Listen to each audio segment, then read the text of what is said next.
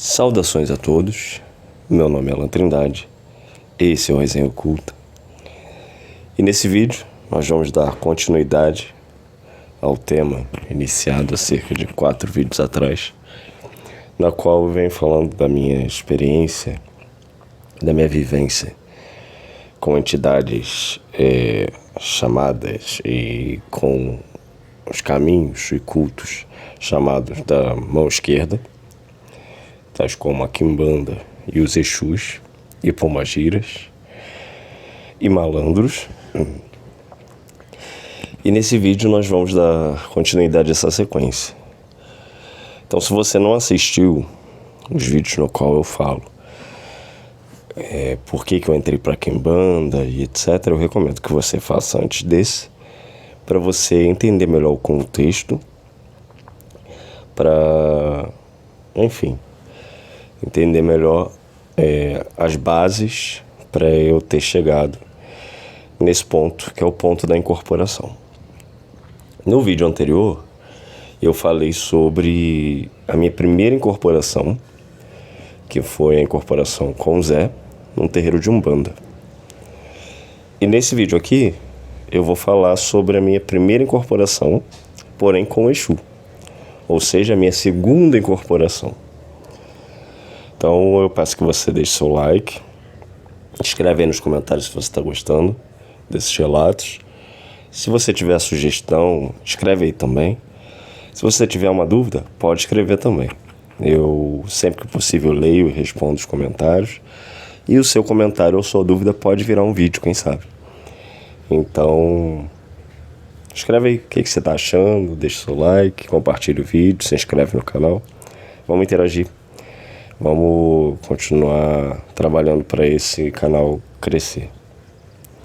Antes de eu falar dessa segunda incorporação, que no caso foi a primeira incorporação com o Exu, eu citei no vídeo anterior que eu tinha tido algumas experiências, né, de incorporação no sonho.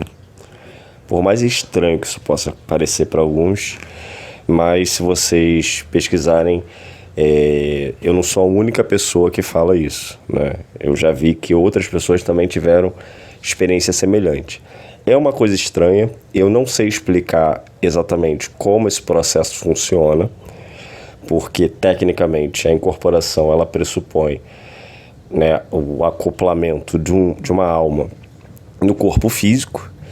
Então, no sonho, a gente considera que estamos no mundo dos sonhos, então estamos na nossa forma de alma, né? Entre aspas. Então, uma incorporação nos sonhos, no mundo astral, seria uma alma incorporando em outra alma, né? É lógico que, se a gente fosse aprofundar nisso, tem várias teorias que a gente pode desenvolver, né? Porque algumas tradições vão falar, inclusive, que não é... A nossa existência não é composta só por essa tríplice classificação de corpos, né? Ou seja, não é só espírito, alma e corpo físico, mas existem outros corpos também. Algumas tradições falam em 7, outras em 4, outras em 9, como é o caso do quemetismo, né? Da tradição egípcia. Então isso vai variar, tá? Mas não é o caso da gente se aprofundar aqui, é só para vocês saberem que, por mais que possa causar estranheza para alguns, isso pode ser explicado a depender da tradição e das bases, né, dos fundamentos esotéricos espiritualistas que você for seguir. Bom, então eu tive também uma experiência de incorporação com o meu Exu. Eu sonhei que ele estava aqui em casa comigo e ele, fumando um charuto incorporado em mim, ele dava uns passes na minha mãe, né, com um charuto, assim, como se estivesse defumando ela. Depois ele pegou as cinzas do charuto e fez umas coisas aqui na casa que eu prefiro não entrar em detalhes. Mas, né, com o mesmo charuto que ele defumou minha mãe, ele pegou as cinzas depois e fez umas coisas aqui na casa. Uma outra experiência de sonho, nesse caso não foi incorporação, mas me vem aqui à mente agora, eu tinha tomado banho de espada de São Jorge nesse dia e fui dormir. A espada de São Jorge, para quem não sabe, né, é uma planta muito boa para descarrego e tudo mais. e ela também tem uma função calmante, quimicamente falando. Então, enfim, fui dormir e aí eu acordei, né? Eu estava no astral, meio que rodeado assim por uns jovens, que eu sabia que eram Exus, mas eram jovens, pareciam assim umas pessoas de uns 20 e poucos anos, homens e mulheres, com aparência quase adolescente, mas eu sabia que eles eram mais velhos que adolescentes, mas não eram tão mais velhos. E eu tava numa espécie de frente para uma loja, assim, eles me olhavam com uma cara assim muito séria. E essa loja tinha umas vitrines com um monte de pipoca, um monte de rosas, coisas típicas de Exu, assim, mas eram numas vitrines, assim, tipo numas prateleiras que dava para ver do lado de fora. E eu sabia que eu tava ali caído, meio que caído no chão, assim, de joelho, passando mal, e eu vomitava uma coisa preta, né? Uma coisa, uma gosma preta, que eu sabia que tinha sido por consequência do banho que eu tinha tomado, né, de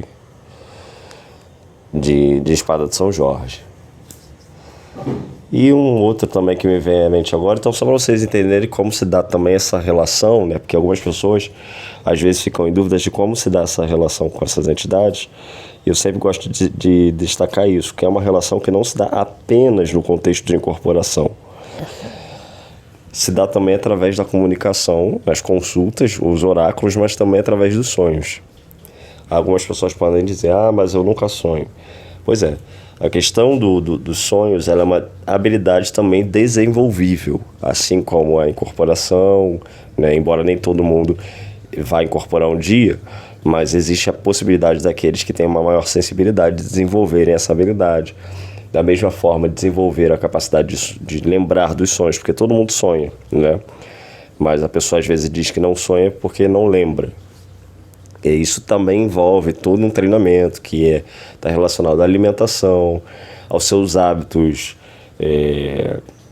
noturnos, né? Tem gente que fica brigando contra o sono e etc. Então, enfim, são hábitos, né, que muitas das vezes têm que ser mudados para que você alcance determinadas habilidades. A magia, ela não é tão espontânea assim como parece, como algumas pessoas podem fazer parecer. Muito das habilidades espirituais e mágicas que nós temos, elas são habilidades oriundas de treinamento, né? Treinamento espiritual, sim, mas são oriundas desse desenvolvimento, né? Que muitas vezes implicam em sacrifícios que não são sacrifícios, né, de bicho nem nada disso, mas sacrifícios no sentido de você abrir mão de fazer determinadas coisas, ter determinados tipos de dieta, né, ter uma vida equilibrada em termos de saúde mental e tudo mais, né? Toda uma série de critérios que facilitam ou dificultam o acesso a essas habilidades. Me vem aqui à mente também um dia que eu sonhei que eu estava com uma parente que já morreu e ela estava falando comigo, e em seguida a minha pombagira aparecia para mim e falava para eu tomar banho de aroeira, porque eu tinha tido então contato com o morto e eu estava carregado. Ou seja, isso aqui que eu estou falando, vocês também podem, né, compreender que são ensinamentos que esses espíritos trazem, né, e que explica muito do que os nossos ancestrais, do conhecimento que os nossos ancestrais adquiriram. Porque muitas pessoas pensam, como que o indígena lá sabia que a planta tal tinha tal efeito, né? Muitas vezes por causa disso, porque os espíritos falavam para eles nos sonhos. Bom, então chegando finalmente ao relato da primeira incorporação, nesse dia eu estava aqui com a minha mãe na sala e, enfim, eu tinha incorporado o Zé umas vezes, em momentos assim aleatórios, não tinha uma regra, de vez em quando ele aparecia, mas não tinha padrão. E nesse dia, tanto que eu nem sabia se essa coisa da incorporação ia continuar, nem nada. E eu nunca tive pretensão de ser uma pessoa que incorpora, não, tá? Isso é importante deixar claro. Eu nunca tive esse desejo, como algumas pessoas ficam. Eu quero incorporar. Não, eu nunca tive essa curiosidade. Eu nunca tive essa pretensão, nunca nem considerei que isso fosse ser uma possibilidade para mim. Justamente pelo que eu falei no vídeo anterior, que eu não sentia nada. Então, para mim, eu não queria incorporar. E para mim estava tudo bem. E como eu vim de escolas esotéricas europeias, lá, muitos desses lugares proíbem que o magista incorpore, né? Porque entende-se que você está cedendo a tua vontade para outro ser. E o mago, ele não pode, dentro dessa perspectiva, né, ceder a própria vontade à vontade de outro ser. Ele tem que ser sempre aquele que está no controle de tudo. Enfim, então eu venho dessas escolas, né? Então, para mim, além de eu não ter pretensão, eu tinha isso por base. Mas a vida, né, muda muito daquilo que a gente pensa. E enfim. E aí, eu tava com a minha mãe na sala, a gente tava jantando. E isso já tem uns anos, tá? Só pra deixar claro, isso tem uns 3 anos por aí.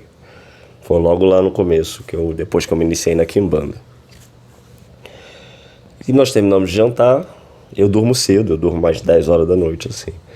Falei, eu vou subir pro meu quarto que eu vou dormir.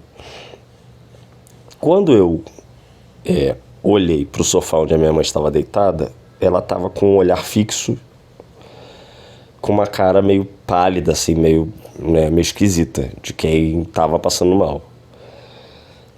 Eu virei pra ela e falei, você tá bem? Aí ela balbuciou, né, que estava passando mal. Aí eu fiquei preocupado, né, nervoso, eu falei, fala comigo, o que você tá sentindo? Aí ela balbuciou mais uma vez que eu não estava conseguindo falar. E aquilo foi me deixando um pouco tenso, porque você sem saber o que a pessoa está sentindo, fica difícil de você saber o que fazer. E aí você entra num conflito, né? Sair para pedir ajuda ou ficar ali do lado da pessoa para poder socorrer caso o caso piore. E aí, enfim, eu olhava para ela, isso coisa de segundos, tá? Isso tudo muito rápido, assim. Do momento que eu levantei do sofá, olhei para ela, vi que ela estava passando mal, que não conseguia levantar do sofá e parecia paralisada, com um olhar assim meio vago, meio perdido, tentando falar comigo sem conseguir. E eu tentando falar com ela. De repente eu comecei a sentir uma sensação muito estranha no corpo inteiro. Um enjoo muito grande, né? Uma sensação de que algo estava muito errado ali, assim, uma coisa física, né, lembrando. E aí aquilo foi me dando desespero, porque vem 1000 coisas na sua cabeça e você tá vendo, você acabou de jantar, sua mãe acabou de jantar. Ela começa a passar mal, logo em seguida você começa a passar mal e você sente um enjoo muito grande, uma confusão mental e etc. Eu falei, a comida estava envenenada. Mas alguém pode pensar assim, como assim, você desconfiou da sua mãe? Não, eu não pensei em nada. Na verdade, eu não desconfiei de ninguém porque não tive tempo, era muita informação ao mesmo tempo acontecendo. E a única coisa que eu conseguia pensar é isso, ora, se nós dois estamos passando mal desse jeito, a comida devia estar envenenada. E a sensação de morte muito grande. E eu falei, eu vou morrer. Ali eu tinha certeza que ia morrer. E aquele enjoo muito forte, e eu sem saber o que fazer, lembrando, isso tudo questão de segundos, tá? Tudo ao mesmo tempo acontecendo. Eu falei, eu preciso correr pro banheiro. E nisso que eu fui em direção ao banheiro, eu não enxergava mais nada, eu fiquei cego. E aí o desespero só aumentou. Mas como eu conheço o caminho, né, eu fui mais ou menos tocando assim as paredes e cheguei até o banheiro. Quando eu cheguei no banheiro, tem um espelho grande. E quando eu olhei em direção ao espelho, né, eu consegui me ver. E nesse momento, eu estava totalmente desorientado, sem saber o que fazer, sem saber o que pensar. A única coisa que martelava na minha cabeça o tempo inteiro eu vou morrer. Envenenaram a gente, nós vamos morrer. Chegou o meu dia. E aí, eu, olhando pro espelho, de repente eu apaguei. Nisso que eu apaguei, eu já acordei. Eu estava no chão, ou seja, eu tive um desmaio. E o enjoo muito forte ainda. E eu vomitei todo o jantar. A única coisa que deu tempo foi de botar minha cabeça no box, porque eu tava no chão. E vomitei tudo. O jantar. E ali, eu consegui, depois que eu vomitei, eu consegui recobrar um pouco as forças, né? E eu falei, bom, agora eu tô um pouco melhor, né? Vou lá ajudar minha mãe. E nesse momento que eu caí, só abrindo um parênteses aqui, que eu desmaiei, eu na hora não senti, eu só vim saber disso no dia seguinte. Eu vou botar a foto aí pra vocês. O espelho, ele tem uma quina, assim, uma ponta de madeira, né, da moldura, e eu caí com a cabeça em direção a essa ponta, eu acho, né? Porque a minha cabeça, no dia seguinte, quando eu fui mexer assim no cabelo, eu senti uma coisa dura e era sangue. Ou seja, eu bati com a cabeça ali e abriu, né? Cortou assim, fez um buraquinho no alto da minha cabeça. Nesse momento da queda, eu fui direto com a cabeça ali. Mas na hora eu não senti, né? Porque, enfim, o desespero, outras coisas estavam muito mais intensas naquele momento. E eu corri para a sala novamente para ver como é que a minha mãe estava. Nisso, e aquela energia, aquela sensação de morte ainda presente. Nisso que eu olhei para minha mãe, ela estava olhando para o chão, na mesma posição, estava olhando para o chão, com um olhar assim muito vago, muito perdido. E eu falei para ela, fala comigo, preciso saber o que você está sentindo, porque eu também estou sentindo, acho que a gente vai morrer, que não sei o que. Acho que envenenaram a gente e eu preciso saber se você está sentindo a mesma coisa, aquele desespero. E o olhar dela, a cabeça não se mexeu. O olhar dela veio lentamente na minha direção, girando assim, né? Imagina que ela estava olhando para o chão, eu estava, né, de frente para ela ali, e o olhar veio subindo, né? E eu fui vendo lentamente, né? É aqueles momentos que são segundos, mas que parecem uma eternidade, que você nunca esquece. E aí, quando o olhar dela encontrou o meu, mais uma vez, eu parei de enxergar.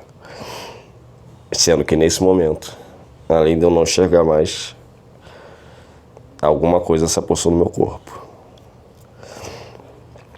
E aí, né, todo aquele processo, né, de tremedeira, as minhas mãos eu sentia, mais uma vez eu sentia tudo que estava acontecendo, eu só não via, mas eu escutava e sentia.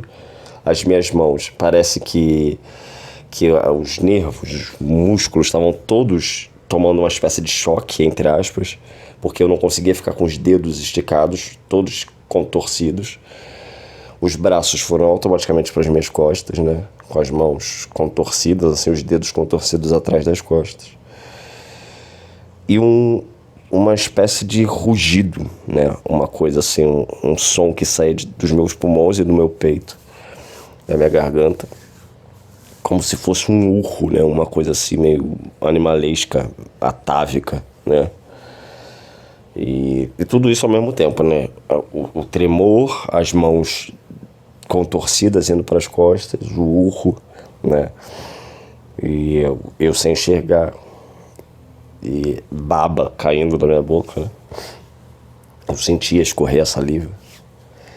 E eu ouvi, né, que a minha mãe começou a falar comigo, né, chamar meu nome, etc. E ela levantou, eu sabia que ela tinha levantado pelo som, né, etc. E, enfim, ou seja, no momento em que eu incorporei, ela automaticamente levantou do sofá, ela conseguiu levantar. E aí o ser não falava, né? Ficou ali parado, fez algumas coisas na sala ali, né? No chão da sala, etc. E enfim, depois foi embora. Nós conversamos sobre, né? Ela falou que não conseguia, parecia que estava paralisada, né? Não conseguia se mexer antes de eu incorporar e tudo mais.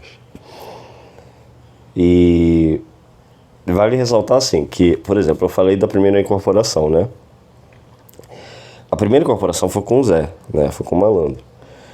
Porém, eu não sabia que tinha um malandro, né? Porque no templo ao qual eu pertenço é jogado para ver quais são os seus Exus. E o malandro não tinha caído, né? Mas ele foi o primeiro que apareceu. Porém, né, eu sabia que aquele ali provavelmente era o meu Exu, né? Porque depois, inclusive, ele próprio se manifestou outras vezes e veio a confirmar isso. Que era então o seu Veludo, seu Exu Veludo. Então, para quem perguntou, né, qual é o meu Exu é seu Exu Veludo. E aquele ali foi a primeira incorporação com ele, né? Uma presença muito forte, muito absurda, né? Tal como com o malandro, né?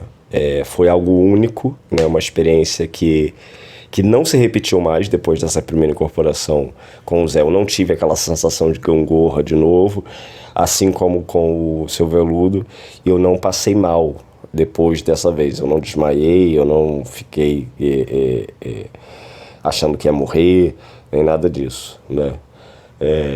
Embora até eu me acostumar com a energia dele tenha demorado um pouco na questão do enjoo. Eu geralmente, no começo, quando eu ia incorporar, eu sabia que ele se aproximava de mim, eu ficava enjoado. Mas o enjoo foi ficando cada vez menor, assim. A primeira vez foi muito intenso, a segunda teve um enjoo, mas foi menos. Na terceira foi menos, até o momento que hoje em dia eu já não sinto mais enjoo. Mas isso aconteceu. No começo ele não falava, né? Ele sempre meio sério, assim, vinha meio sério, ficava um tempo e ia embora. Se falassem com ele, ele ficava escutando ali, mas não respondia nem nada. Ficava de olho fechado, até onde eu sei, né? E, enfim. Então, veja aqui, né? Durante todo esse processo, né? Mais uma vez essa coisa, né? Das diferenças, né? De incorporação para pessoa, né? Então, algumas pessoas vão ter determinados sintomas que outras não vão ter, e tá tudo bem, porque cada um é um corpo, cada pessoa reage de uma maneira. E da mesma forma que outras pessoas, né, também podem sentir essas presenças, como o caso da minha mãe. Ela sentiu primeiro ele chegando, né, porque lembrando lá da história, no começo da história, né, ela primeiro que caiu no sofá, que ficou, né, paralisada no sofá. Eu tava bem. Depois é que eu senti, quando eu fui falar com ela, etc. E aí ele me pegou e ela levantou, né? Ela conseguiu, porque a presença dele estava espalhada ali no sofá, na sala, né?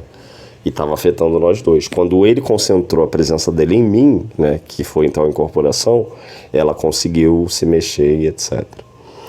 Então, todas essas coisas, né, que muitas vezes acontecem, elas acontecem dentro da individualidade de cada um. Não tem tempo, não tem regra, né? A não ser que a sua casa, o local que você frequente, estipule regras. Mas eu penso que a individualidade de cada pessoa deve ser respeitada nisso, né? Porque cada um tem seu tempo. Eu conheço casos de pessoas que muitas vezes ficam ansiosas com essa coisa da incorporação, achando que tem que incorporar e etc. Mas, na verdade, a incorporação é algo muito individual, né? E que serve a propósitos. E o principal propósito é o da comunicação. Comunicação com quem? Com quem estiver ali para ouvir. Porque, como eu cito no começo desse vídeo, quando essas entidades querem falar diretamente com o médium, e tão somente com o médium, ou essa comunicação vai ser feita por oráculos ou através dos sonhos. Porque ninguém incorpora para ficar na frente do espelho conversando com a entidade. Entende? Então, há um propósito nisso, né, que é o da comunicação, né, do desenvolvimento e tudo mais. E cada pessoa tem a sua função em todo esse contexto, né? Existem aquelas pessoas que servem para incorporar, existem aquelas pessoas que servem para auxiliar, né, anotando o que está sendo dito, oferecendo bebida, cigarro e coisas afins, né, para as entidades e tudo mais. Bom, um tempo depois, né, isso foi se tornando cada vez mais frequente. E uma forma que acontecia, né, depois que eu me acostumei com os enjoos, o que acontecia era a coisa do bocejo. Então muitas vezes eu estava quieto, geralmente era quando começava a anoitecer, estava na sala descansando depois do trabalho, etc. E eu começava a bocejar, por exemplo. E era um bocejo mesmo, não sentia nada espiritual, só começava a bocejar. A partir do bocejo eu já sentia que eu estava ficando um pouco desnorteado, parecia que eu estava um pouco grogue, um pouco bêbado. E aí eu já percebia que esses eram sinais, né, da presença do seu veludo, né. Depois de um tempo, a pombagira apareceu, tá? E foi também de uma maneira assim, muito espontânea. Eu não esperava que eu fosse incorporar a pombagira, mas aconteceu. Mas a história dela foi durante um processo de incorporação, depois que eu incorporei o seu veludo de forma espontânea, ela apareceu. E foi lá e conversou e passou a aparecer também. E aí foi dentro desse contexto, então, que ele, né, passou a estipular determinadas regras. Então, o processo da incorporação, ele acontecia de forma muito esporádica para mim, nos primeiros meses. Então, eles vinham quando queriam, vinha um ou via outro, etc., separado. O seu veludo instituiu que não ia ser mais assim, que ia ter que ter um dia específico, que no caso era segundas-feiras, e que eu ia ter que estar sempre preparado para esse processo, né? E assim vem sendo feito, né? Como o meu templo é em São Paulo, né, eu não tenho condições de ir sempre para São Paulo, né, toda semana, por N motivos, né, principalmente a questão logística, né, que é muito longe. Então ficou estipulado dessa forma, né, que a coisa aconteceria por aqui, né. E a minha mãe também tem uma experiência no trato com espíritos, né? Porque a vida inteira frequentou terreiro, etc. Então tem uma noção. E assim a coisa acontece, né? É lógico que todas as questões envolvendo a organização da coisa, né? Os fundamentos, etc. são respeitados, né? Dentro das possibilidades, né? Então, não é uma coisa assim, não é bagunça, né? E justamente por causa disso, porque antes a incorporação ela estava muito aleatória. E eu acho que o seu veludo estipulou isso justamente por causa disso, para que a coisa ficasse organizada, né? E enfim, né? Aí todo o resto são coisas que a gente vai vivendo no dia a dia, né? Cada dia, né, cada momento de incorporação é um momento, né? A gente nunca sabe exatamente o que vai acontecer, mas sempre tem um mistério envolvido, né? E enfim, essas entidades estão aí, né? Para nos ajudar, para nos orientar e tudo mais. Eu agradeço sua atenção até aqui. Então, se você tiver qualquer dúvida, qualquer sugestão, se ficou alguma coisa que você não entendeu, etc., quer que eu me aprofunde mais, etc., escreve aí nos comentários, diz o que você está achando, compartilha aí. Pode dar sua opinião, pode ficar tranquilo, né? Desde que seja de forma educada. Eu sou uma pessoa extremamente tranquila para ouvir críticas e comentários, etc., desde que feito de forma educada. Né? Até porque antes de ser macumbeiro eu sou um ocultista, né? Então eu sou um pesquisador, né, desses fenômenos, né? Eu também busco entender todos esses fenômenos que acontecem comigo e com as pessoas, né, de uma maneira mais imparcial possível. Existe o lado, né, macumbeiro, né, feiticeiro, magista, etc., mas existe também o lado, entre aspas, cientista, que quer entender também todo esse universo da espiritualidade. Então, se você também for uma pessoa interessada em entender, né, todos esses mistérios e tiver alguma dúvida, coloca aí, pode escrever, fica à vontade, tá ok? Deixe seu like, compartilhe esse vídeo se possível e se inscreve no canal. Muito obrigado pela sua atenção até aqui e até a próxima.